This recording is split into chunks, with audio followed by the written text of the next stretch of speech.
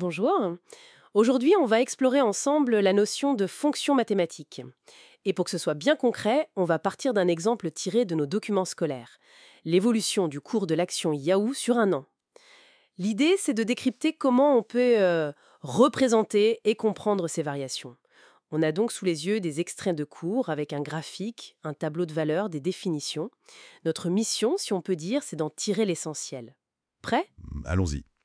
C'est un excellent exemple pour aborder les fonctions. Parfait. Alors commençons par regarder ce graphique.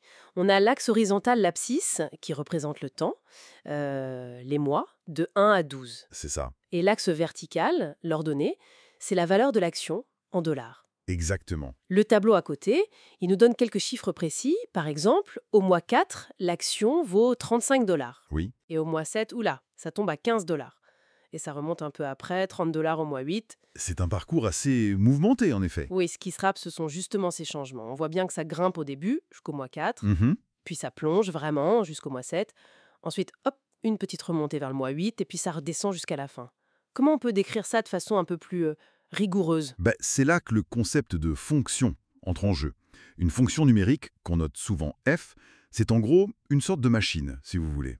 On lui donne un nombre de départ, ici c'est le mois, qu'on appelle x, l'antécédent. D'accord, le X sur l'axe horizontal. Voilà, et la fonction f nous sort un unique nombre d'arrivées. La valeur de l'action à ce moment-là, f de x, qu'on appelle l'image, c'est la valeur sur l'axe vertical. Ah, je vois. Donc, pour chaque mois X, entre 1 et 12, la fonction f me donne le prix f de X. Si X est 4, f de X, c'est 35. C'est exactement ça. Et comme le montrent les documents, cette relation, cette fonction f, on peut la représenter de plusieurs manières. Soit par un graphique, comme celui qu'on a là, soit par un tableau de valeurs, qui donne quelques points clés, ou parfois, même si on n'en a pas ici, par une formule mathématique, ce qu'on appelle l'expression algébrique. D'accord.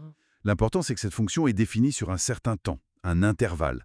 Ici, c'est l'intervalle des mois 1-12. X se balade là-dedans, et f de x nous dit comment la valeur change. Ok. C'est un outil très puissant pour modéliser des phénomènes qui évoluent, comme ce cours de bourse. Et pour décrire les montées et les descentes que je voyais tout à l'heure. Entre le mois 1 et le mois 4, par exemple, ça grimpe. Oui. Alors, en langage mathématique, on dit que la fonction f est croissante sur cet intervalle 1,4. Croissante. Ok. Ça veut simplement dire que quand x, le temps augmente, f de x, la valeur, augmente aussi. Logique. Et inversement, quand la courbe descend, comme entre le mois 4 et le mois 7, Oui. on dit que la fonction est décroissante. Quand x augmente, f de x diminue. D'accord. Croissant quand ça monte, décroissant quand ça descend. Simple. Et ces points de bascule-là, le sommet à 35 dollars au mois 4 ou le creux à 15 au mois 7, ils ont des noms particuliers? Tout à fait. Ce sont des points très importants. Le point le plus haut sur toute la période, ici 35 dollars, c'est le maximum de la fonction sur l'intervalle 1,12. Le maximum. Oui, et il est atteint pour x égale 4. Et le point le plus bas, 15 dollars, c'est le minimum atteint quand x égale 7. Maximum, minimum. D'accord? Ça permet de repérer les extrêmes. Mais pour résumer tout ça, la croissance, la décroissance, ces points hauts et bas. Il y a un moyen simple, Ah oui, et c'est un outil très utile présenté dans les notes. le tableau de variation.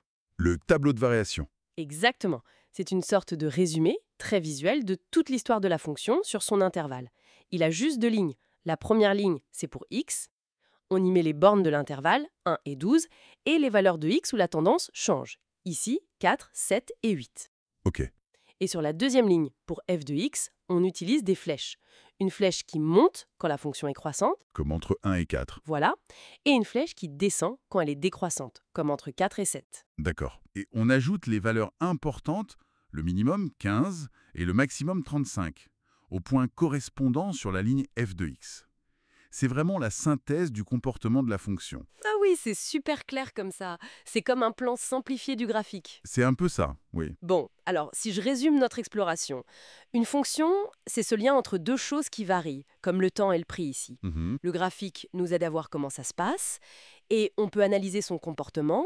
Est-ce que ça monte, croissant? Est-ce que ça descend, décroissant? C'est ça. On repère les points clés, le plus haut, maximum, le plus bas, minimum. Et tout ça, on peut le condenser dans ce fameux tableau de variation. Parfaitement résumé. L'exemple de Yahoo montre bien comment ces outils mathématiques nous aident à modéliser Et surtout à interpréter une évolution bien réelle, finalement. Absolument. Et ça ouvre une question intéressante, je trouve.